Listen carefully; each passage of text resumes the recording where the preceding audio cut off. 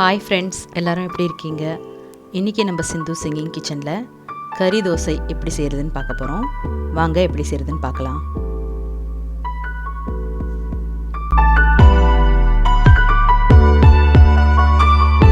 இதுக்கு தேவையான இன்க்ரீடியன்ஸ் என்னன்னு பார்த்துடலாம்.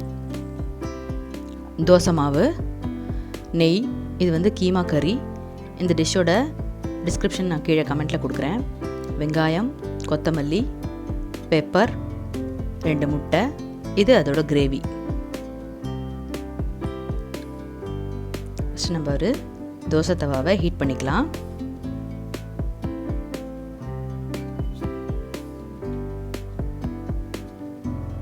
தோசைக்கு மாவு ஊற்றிக்கலாம். கொஞ்சம் திக்காகவே ஊற்றிக்கோங்க.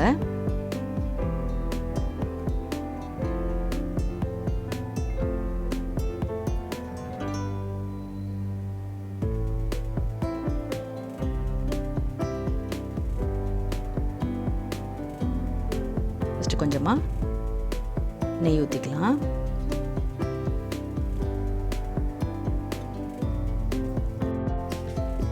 நெக்ஸ்ட்டு நம்ம ஒரு முட்டையை இந்த மாதிரி உடைச்சி சென்டரில் ஊற்றிக்கோங்க. முட்டையை லைட்டாக நம்ம இந்த மாதிரி கலக்கிக்கலாம். இப்போ இதுக்கு மேலே நம்ம இங்கே செஞ்சு வச்சுருக்கிற கீமா கறியோட கிரேவியை மட்டும் கொஞ்சமாக ஊற்றிக்கலாம்.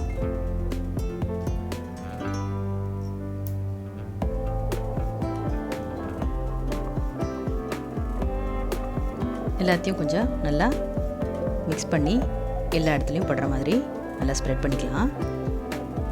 நெக்ஸ்ட்டு நம்ம இங்கே எடுத்து வச்சுருக்க இந்த கீமா கறியை கொஞ்சமாக எல்லா இடத்துலையும் சேர்த்து போட்டுடலாம். அதுக்கு மேலே நம்ம இங்கே கட் பண்ணி வச்சுருக்கிற வெங்காயத்தை கொஞ்சமாக எடுத்து தூவிக்கலாம். கொஞ்சமாக கொத்தமல்லியும் தூவிக்கலாம். இதுக்கு மேலேயே நம்ம கொஞ்சம் பெப்பரை இந்த மாதிரி க்ரஷ் பண்ணி போட்டுக்கலாம். நாம் போடும் மேடைகளோ நாடக மேடை, நாம் போகும் ஓடங்களோ காகித ஓடம். பாசம் என்பதா வேஷம் என்பதா காலம் செய்த கோலம், பாசம் என்பதா வேஷம் என்பதா காலம் செய்த கோலம்.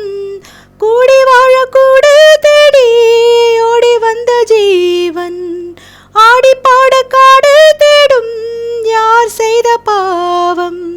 தாயெனும் பூமாலை தரை மேலே வாடுதே, சிட்டுக்கு செல்ல சிட்டுக்கு ஒரு சிறகு முளைத்தது. இரத்தத்தில் வந்த சொந்தங்கள் அந்த உறவு முடிந்தது. தந்தையும் இல்லை அன்னையும் இல்லை, கனவா வெறும் நினைவா, நெஞ்சிலே வரும் பந்தமே தொடர் கதையா சிறு கதையா. சிட்டுக்கு செல்ல சிட்டுக்கு ஒரு சிறகு முளைத்தது. இப்போ இந்த மாதிரி நம்ம 2 பக்கமும் திருப்பி போட்டதும் உங்களுக்கு கறி தோசை ரெடி ஆகிடும். இந்த கீமா கறியை மட்டும் நீங்கள் செஞ்சு ரெடி பண்ணி வச்சுருந்தீங்கன்னா ஈஸியாக உங்களுக்கு கறி தோசை செஞ்சிடலாம். ஸோ மறக்காமல் போய் பாருங்கள், ட்ரை பண்ணுங்கள்.